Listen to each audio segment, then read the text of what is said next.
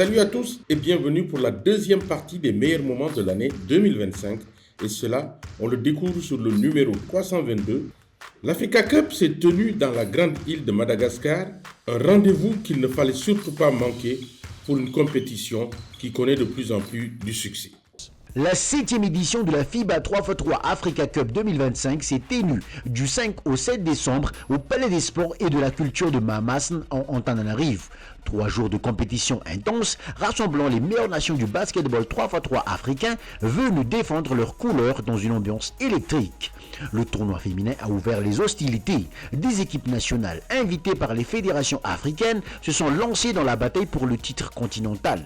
Dès les phases de poule, le rythme a été soutenu avec des duels physiques, des tirs à distance précis et une circulation de balles rapide qui a tenu les spectateurs en haleine. En finale, Madagascar a affronté l'Égypte dans un match très serré, remporté sur le fil 21-20. Cette année, par rapport à l'année dernière, côté de joueuses, c'était un peu difficile parce qu'on n'avait que 9 jours pour jouer ensemble. Mais notre avantage, c'est qu'on était plus agressif sur la défense. Mais derrière ce duel au sommet, d'autres équipes se sont illustrées. Le Kenya, après un parcours solide, a décroché la médaille de bronze, s'imposant lors du match pour la 3e place grâce à son jeu explosif et sa défense agressive. Les performances de ces équipes montrent que le 3x3 féminin africain est de plus en plus compétitif et que les surprises sont toujours possibles. Chez les hommes, 14 équipes ont rivalisé d'intensité avec des phases de poule rythmées et très disputées. Madagascar et l'Égypte se sont retrouvés en finale pour un duel serré, remporté 21-20 par Madagascar. Je crois que c'est la cohésion d'équipe parce que nous, ça faisait longtemps qu'on est ensemble, nous 4 là.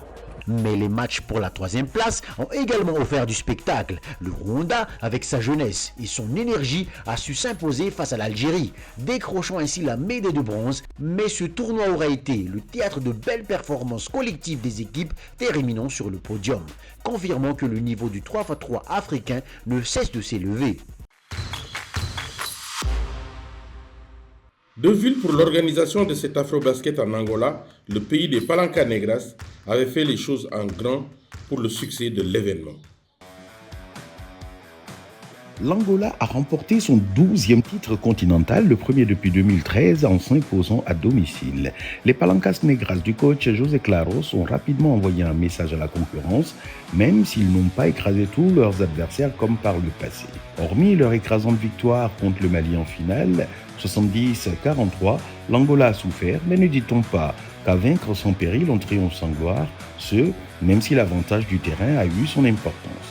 Remember the crowd that not only the ones that they are coming to the games, the ones that they are all the time following the national team like any other part in the world. Une défense solide, quasi imperméable, a permis aux Angolais d'asseoir leur stratégie d'usure physique et mentale sur leurs adversaires. Et quand ça coinçait en attaque, ils avaient en leur lutin Childe Dundao, le joueur qui les tirait systématiquement d'affaire grâce à ses 16 points de moyenne par match. Le tout dans une Quilamba Arena chauffée à blanc, preuve que ce pays demeure une vraie terre de basket. Bien que dominé dans de grandes largeurs en finale, le Mali a écrit l'histoire de son basket en remportant pour la première fois la médaille d'argent de l'Afrobasket. C'est une performance inouïe, venant ainsi récompenser les efforts de formation de la fédération. Les Kanouté Sirima, Oumar Bano, les jumeaux Fousseini et Hassan Dramé, rescapés de l'épopée de la Coupe du Monde 2019 en U19, rejoints par d'autres jeunes de qualité comme Aliou Diarra et Mahaman Koulibaly, ont montré toute la vitalité et le potentiel de la balle au panier au Mali. Quand on pense que 3 semaines auparavant, l'équipe féminine s'était aussi hissée au même rang lors de l'Afrobasket féminin, il n'y a pas à dire, l'avenir est radieux pour ce pays. Je suis fier de cette place qu'a occupée mon équipe. Je suis fier de la débauche d'énergie que ces enfants ont fait montre du début de la compétition à maintenant, de match en match.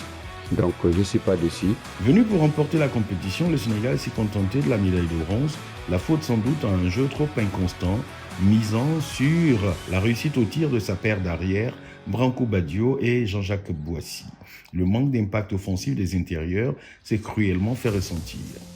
Le Cameroun avait les moyens de faire un grand tournoi, notamment avec la présence du joueur NBA Yves Missi et un roster dont la profondeur laissait présager une meilleure place.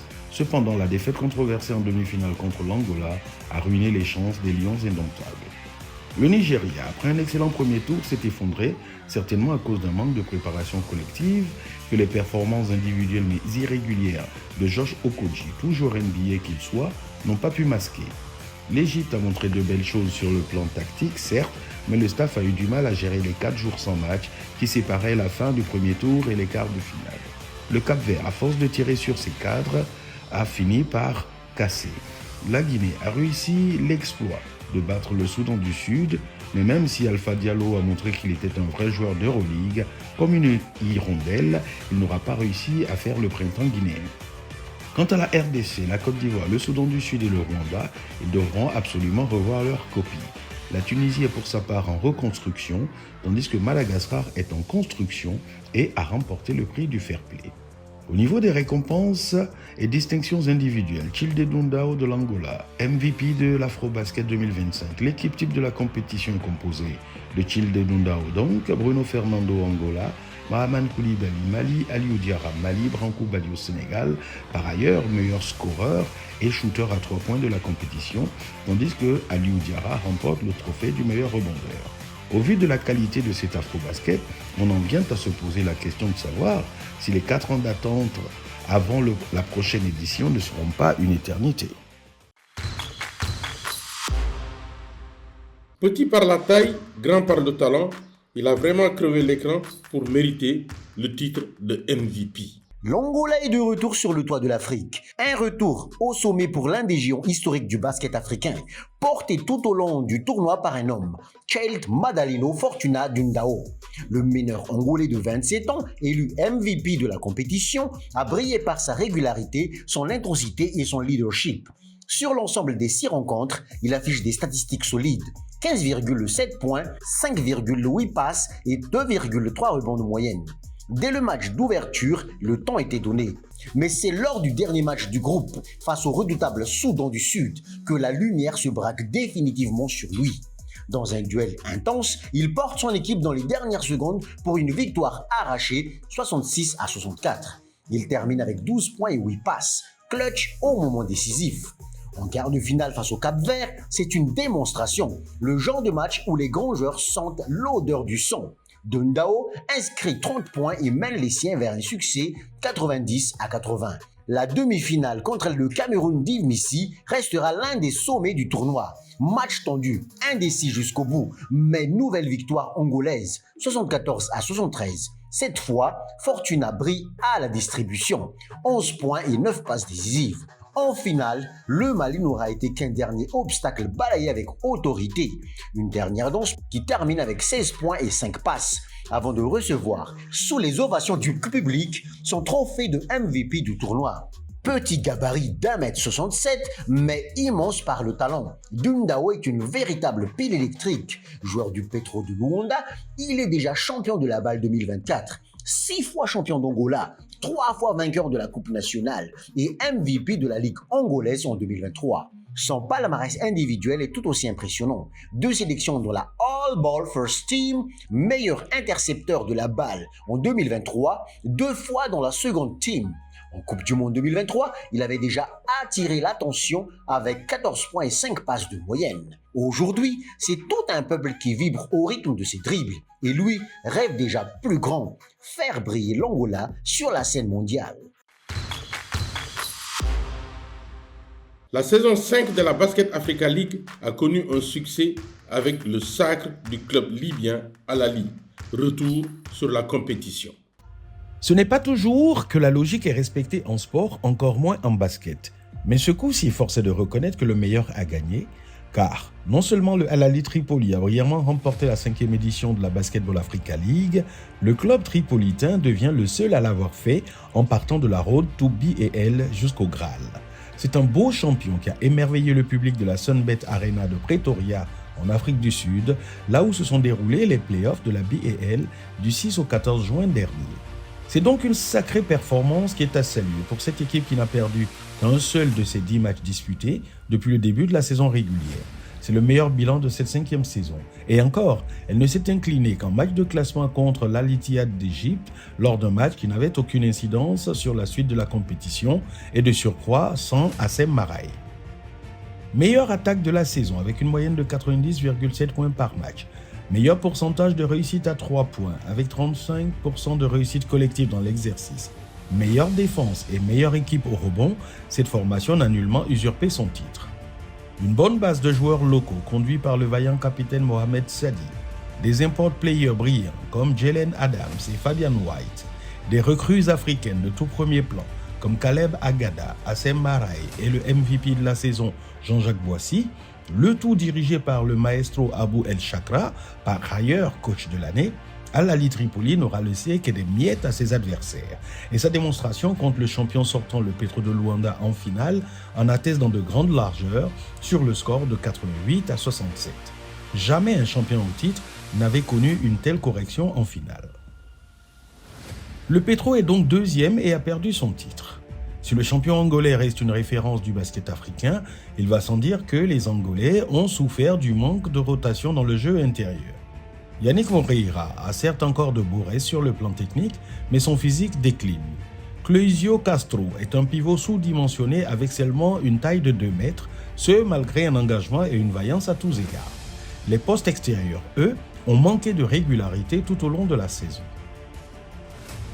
La belle surprise est venue de l'armée patriotique rwandaise qui se hisse sur la 3e marche du podium, une performance historique pour un club du pays aux 1000 collines.